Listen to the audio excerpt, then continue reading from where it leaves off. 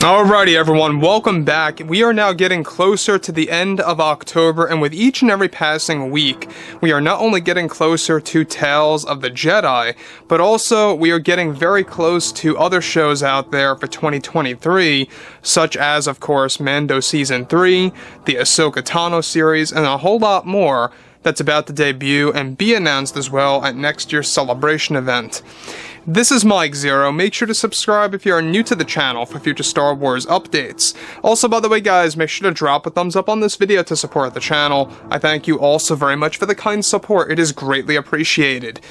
Now, one thing about the new universe between FAVREAU and FILONI is that they really are pushing things forward to really establish the Legends lore and focusing on many of George Lucas's creative visions as well as abandoned concepts from Star Wars Legends that we never got to see.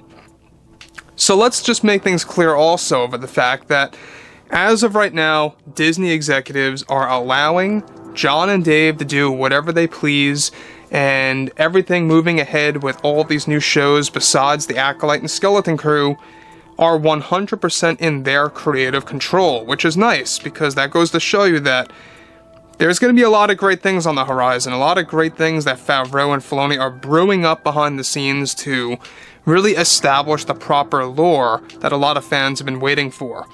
Now, with that being said, what's even all the more intriguing is exactly what's been going on with Lucasfilm's Kathleen Kennedy. Now, we already know that she's been having a very tough time with the Acolyte, with all the setbacks and the problems that she caused and the recent ultimatum that Disney gave her that we talked about a couple days ago.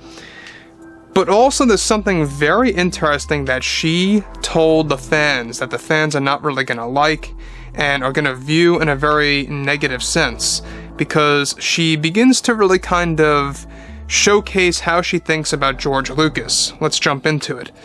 So, with Disney executives beginning to regroup now and change plans for the Star Wars franchise for the better, by allowing Jon and Dave to do what they want, Kathleen Kennedy, on the other hand, is still in charge of the Acolyte and Skeleton Crew right now. However, in a recent interview with Kathleen Kennedy, she went on to talk about George Lucas and his treatments of the sequel trilogy. Kennedy went on to discuss the following. In the beginning, we were absolutely sure that we did not want George Lucas involved after he sold Lucasfilm to Disney. We wanted to focus on our own vision with no interruptions. Jumping ahead to 2019, we decided to bring George back on with us for a short time for The Rise of Skywalker, and we tried to work things out with his vision for the final film. It didn't work well for the both of us in the long run, which is what led us to deciding to put many of the scenes he worked on with JJ and Chris in studio and untouched. I view it as a blessing in disguise, and I'm very glad that we had erased and deleted George's vision from the final film, because quite frankly, I think that where we ended was on a pretty solid note, just for us, of course, but also for the fandom. Now let me stop right here for a second. I don't know why either A, Kathleen Kennedy is so out of touch with reality, or if she's just putting up a false image, I don't know. But there's a lot of fans out there that had plenty of issues, and I mean plenty of valid issues, with The Rise of Skywalker. Now, did Episode 9 have its good moments? Yes. Did it have some pretty exciting, points in the actual movie? Yes. But when you look at the movie, it's an entirety.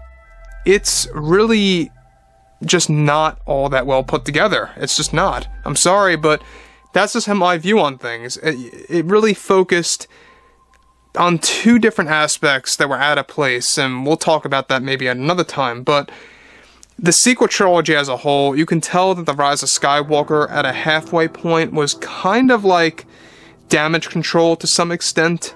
In some degree, we saw that JJ put the saber back together again to kind of, fix what Rian Johnson literally broke in The Last Jedi.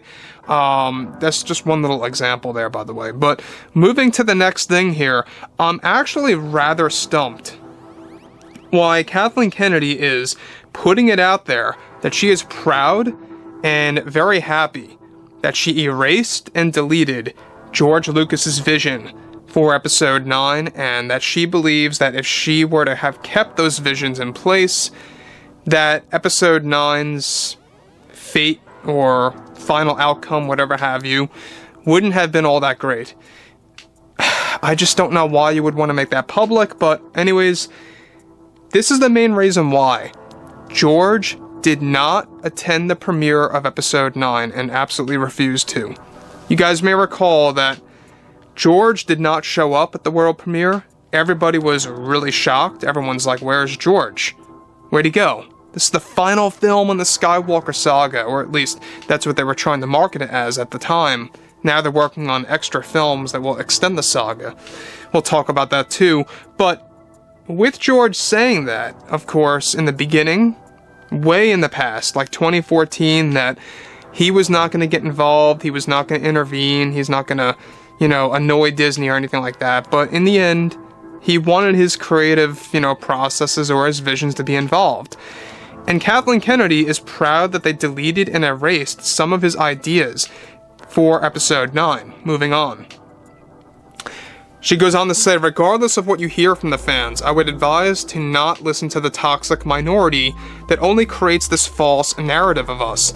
We made a great story, and I am proud of how we ended things with the last trilogy. Had we kept George, it may have very well been a different situation for all of us here at Lucasfilm. We had to make sure of letting go of that burden of using George's vision all the time, which is why we had a change of heart at last minute, at the time in the fall of 2019 when we decided to shift things around. So again, Kathleen Kennedy is making it absolutely clear that she does not like George Lucas's vision, she does not care for his work, and she does not care for the Star Wars franchise. Now, thankfully, there is a silver lining to all of this, because all of these problems are essentially what led to Disney finally waking up and saying, let's just allow John and Dave to do what they want to do. Let's let John and Dave work with George and just let them propel themselves in the proper vision, right? And ultimately, that's what led us to where we are today with John and Dave, of what they are working on.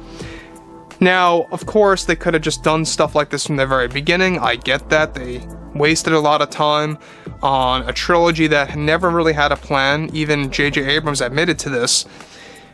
But in the end, here we have Kathleen Kennedy making it openly clear and transparent to the fan base that George was involved with episode 9 at a time for a short while and decided to get rid of him at last minute.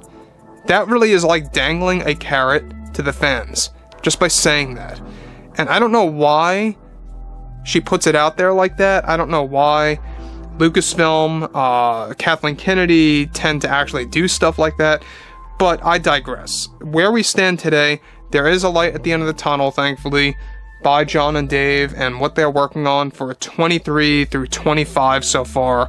There's a lot of great shows on the horizon. So, anyways, guys, drop a comment below. Let me know what you guys have to say about all this below in the comments. And if you guys did enjoy the content for today, make sure to subscribe if you enjoyed the content for today. And overall, guys, I am on Twitter at Mike01 if you guys want to go ahead and check me out there. And I'll catch you guys next time.